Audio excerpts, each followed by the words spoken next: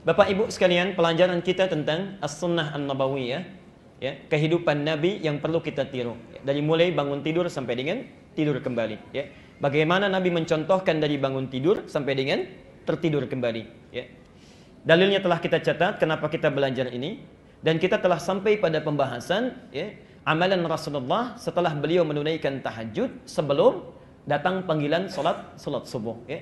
Kita sudah bahas beberapa amalannya. Satu, memperbanyak doa, itu sudah kita bahas. Ya. Yang kedua, memperbanyak istighfar. Ya. Dan yang terakhir kemarin adalah memperbanyak tilawah Al-Quran atau bacaan Al-Quran. Kita berhenti kemarin di pembahasan yang terakhir tentang cara berinteraksi dengan Quran. Ya. Di saat Anda selesai menunaikan tahajud, ya, kemudian setelah itu misalnya kita ingin membaca Al-Quran, maka ada 3 cara ya, dalam berinteraksi dengan Al-Quran. Yang pertama, qiraah. Ya. Qiraatun, hanya sekedar baca saja. Ya. Hanya sekedar baca saja, tapi tidak menuntut kita untuk memahaminya. Ya. Tidak menuntut untuk memahaminya. Kalau istilah orang kita kan tadarus ya. Ya. Walaupun agak kurang tepat itu tadarus istilahnya. Ya. Tadarus itu sebetulnya bukan baca. Tadarus itu belajar, memahami isinya. Ya. Jadi kalau tadarus Quran artinya membaca Quran dengan terjemahannya, dipelajari isinya. Ya. Itu tadarus. Ya. Tapi kalau cuma sekedar baca disebut dengan qiraah. Ya. Jadi itu amalan yang pertama. Anda boleh setelah tahajud misalnya menunggu datangnya fajar dengan memperbanyak bacaan Quran. Sekalipun tidak membaca artinya atau tidak memahaminya. Masya Allah, Allah sediakan pahala yang begitu melimpah bagi orang yang senang baca Quran. Ya. Bayangkan baru sekedar baca saja, sekedar baca, Nabi sudah menyatakan minimal pahalanya setiap hurufnya 10 kebaikan. Ya. Hadisnya sudah kita sampaikan, masih ingat? Ya. At-Tirmidzi nomor hadis 2910. Ya. Man qara'a harfan min kitabillah, siapa yang baca itu 1 huruf saja dari kitab Allah, 1 huruf saja, ya. Falahu asyru hasanat, dia akan dapatkan 10 kebaikan. Ya. Walam aqul alif lam mim harfun, saya tidak mengatakan alif lam mim itu 1 huruf, walakin alifun harfun, tapi alif 1 huruf, lamun harfun, lam 1 huruf, mimun harfun, mimnya 1 huruf, walikulli harfin asyru hasanat, dan setiap hurufnya itu mendapatkan 10 kebaikan. Jadi kalau antum baca alif lam mim saja, sudah berapa didapatkan? 30, itu baru baca. Belum memahami artinya, Masya Allah. Baru baca saja. Ya. Dan berita baiknya, kalau ada orang berkata, ya Rasulullah, kalau saya masih belajar, masih terbata-bata bacaannya. Ya. Hurufnya, mengejanya masih susah. Masya Allah, hadisnya di kitab yang sama, nomor hadis 2920. Walladhi yatata'ta'. Adapun orang yang terbata-bata saat dia mulai belajar membaca, wahwa syaqqun 'alaihi. Sudah terbata-bata, sulit mengeja hurufnya. Ya. Orang lain mengucapkan misalnya a'udzu, dia sulit mengucapkannya a'udzu. Masya Allah. Falahu ajran, kata Nabi, orang ini minimal dapat 2 kali pahala orang yang lancar. 2 kali pahala, Masya Allah. Kalau tadi alif lam mim, yang lancar dapat berapa? 30. Yang enggak lancar misalnya dia ulang alif lam mim, dia ulang lagi alif lam mim, minimal dapat berapa? 60. Ustaz, kalau begitu saya enggak lancar aja bacanya ya. Itu keliru. Itu keliru ya, insyaallah. Itu maksudnya setiap kali dia mengulang dia dapat pahalanya. Ya, setiap mengulang tambah lagi, setiap mengulang tambah lagi.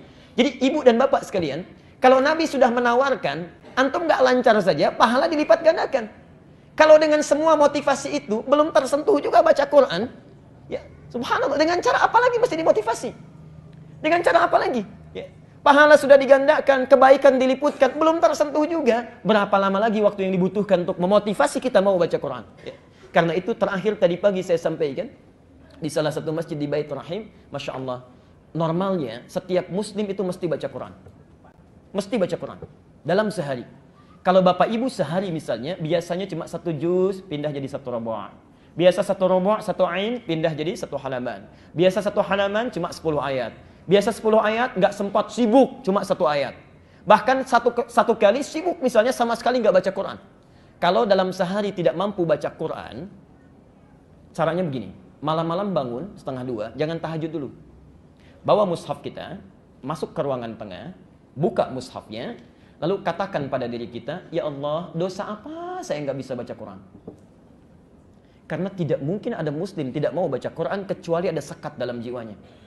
Itu yang perlu dikeluarkan. Ya.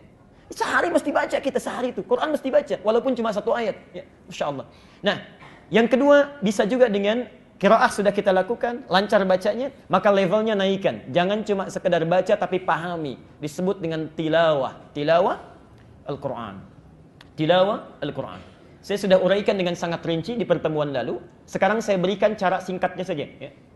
Antum kalau mau tilawah Quran, cara terbaiknya, itu ada dua metode. Ya. Ada dua metode. Metode pertama, ya, biasanya para sahabat, ya, membaca 5 ayat terlebih dahulu. Misal Al-Baqarah Alif Lam Mim sampai dengan ulaika ada hudam min rabbihim wa ulaika humul muflihun. Dibaca 5 ayat ini, dipahami artinya, lalu coba diamalkan. Belum sanggup mengamalkan, ya berhenti dulu di situ. Ya, lalu lanjutkan lagi. Masya Allah. Ini metode yang pertama. Metode yang kedua, ini yang didukung oleh para ulama saat ini, Masya Allah. Ya. Yang paling bagus keluarkan bimbingan Quran itu secara tematik. Karena bimbingan kehidupan kita semua ada di Quran. Misal, saya beri contoh. Ada yang sudah berumah tangga, jadi suami, jadi istri selama puluhan tahun. Pernahkah Anda mengeluarkan dalam Al-Quran tuntunan menjadi suami yang baik? Ibu mengeluarkan ayat-ayat tuntunan menjadi istri yang baik? Jangan-jangan puluhan tahun, atau belasan tahun, atau bertahun-tahun, sudah merasa menjadi suami yang baik, tapi menurut Allah belum. Ibu merasa menjadi istri yang baik, menurut Allah belum. Apa antum nggak punya waktu mengeluarkan sebagian saja selama sebulan tilawah dengan istri di rumah, Masya Allah. Ya. Tanyakan pada istri kita, Ma, ini yang petunjuk Quran, sudahkah papa sesuai? Ya. Pa, ini juga petunjuk tentang mama, sudahkah mama sesuai? Kan indah kehidupan itu, Masya Allah. Ya. Antum selesai itu, ada semuanya di Quran. Ya. Bimbingan dalam bekerja, saat sulit ada doanya. Saat sakit pun, Masya Allah, dari mulai sakit yang ringan, Surah Asy-Syu'ara ayat 78 sampai dengan 80, ya. Doanya Nabi Ibrahim saat sakit ringan itu, Masya Allah. Walladzi khalaqani wa yahdini. Dialah Allah yang menciptakan saya kemudian memberi petunjuk. Dialah yang memberi makan saya, memberi minum saya. Wa idza maridtu, kalau saya sakit sekarang pun, fa huwa yashfini, pasti Allah sembuhkan, pasti Allah sembuhkan. Ada itu bimbingannya. Masya Allah. Ya. Di saat pulang kerja, Pak, Bapak sakit kepala, sakit perut, ya sakit kaki yang ringan-ringan. Kenapa nggak sambil dipegang, bimbingannya dibaca? Wa idza maridtu, ya Allah, saya sudah berikhtiar dalam kebaikan karenamu. Sekarang saya agak terasa sakit, pasti Engkau sembuhkan. Ya. Masya Allah, hidup semua dengan Quran itu. Saat sakit parah pun ada, Al-Anbiya ayat 83 sampai dengan 84. Ya. Saat antum punya kesulitan yang luar biasa di kantor, di rumah tangga, gelap mata kita, Al-Anbiya 87, 88. Ya, Masya Allah. Anak-anak kita mulai belajar, At-Taubah ayat 122. Mulai dididik di rumah, ada lagi misalnya Luqman ayat 13 sampai ayat 19. Masya Allah. Itu anak baru satu. Kalau anaknya lebih daripada satu, Yusuf. Ya, Yusuf, Quran surah 12. Masya Allah. Dari mulai ayat yang ketiga sampai ayat 29-nya. Lengkap semua. Kenapa Anda dalam sebulan gak keluarkan? Hari ini belajar menjadi suami yang baik. Besok belajar menjadi ayah yang baik. Besok menjadi pebisnis yang baik. Anak kita menjadi siswa yang baik. Semuanya ada. Cuma kita terlalu sibuk dengan dunia dan bacaan-bacaan yang lainnya. Petunjuk yang hakiki tidak kita baca. Itulah tilawah Al-Quran.